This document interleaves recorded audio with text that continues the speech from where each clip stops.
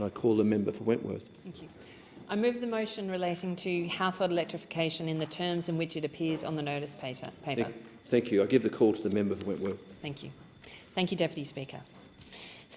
Deputy Speaker, the average home in Australia that is powered by fossil fuels costs around $5,300 a year to run, and in doing so produces nearly 10,000 kilograms of carbon dioxide.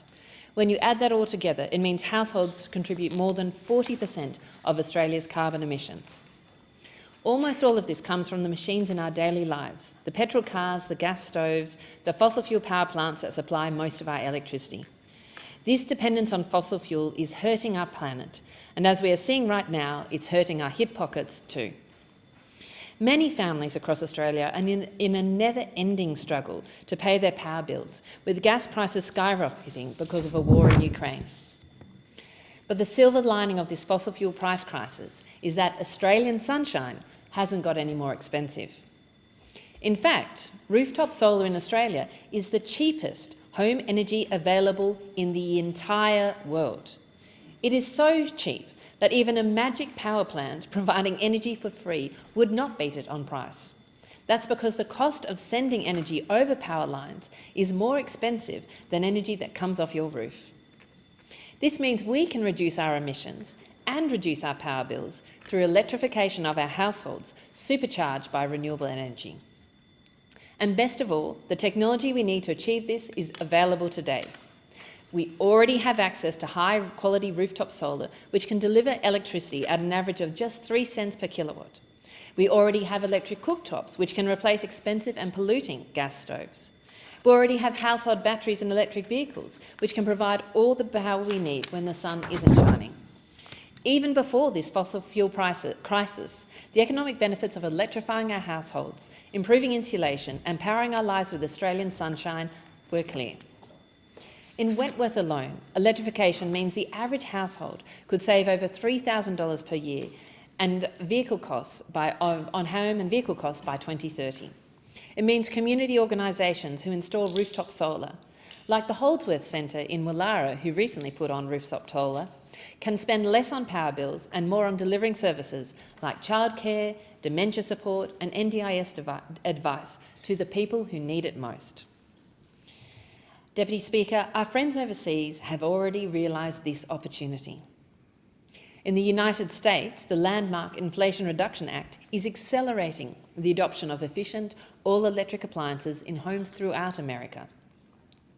In the European Union, the Fit for 55 package includes a directive that all new buildings should be zero emissions by 2030.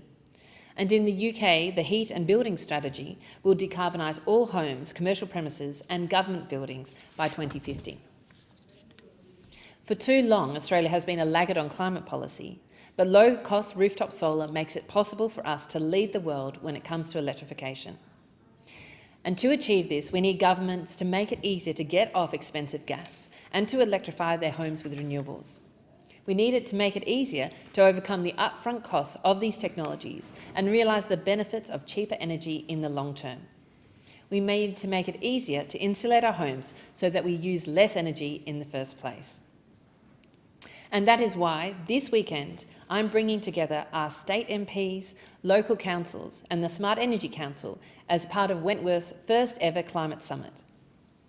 At the summit, residents will hear from local and industry experts to explore technologies, products and lifestyle changes needed to electrify their homes, save on their power bills and power Wentworth to net zero. Because local action is critical, but alone it will not be enough. And that is why I'm calling the federal government to take a leadership role. That means working with state and territory governments to get the regulatory framework right, and through measures like renewable energy storage targets and strong national energy, efficiency and emission standards for rental properties. It means support for lower income households to electrify and insulate through bulk retrofit of public and social housing and a national program of low interest loans for home energy upgrades. It means supporting community-led organisations which are facilitating electrification and other climate transition programs. And it means getting more batteries on wheels into households across Australia via the National Electric Vehicle Strategy, which must include strong fuel efficiency standards that reflect a phase-out of new internal combustion engines, sales by 2035 at the latest. Household electrification is a massive opportunity to save on our power bills and to save the planet. Let's not waste it.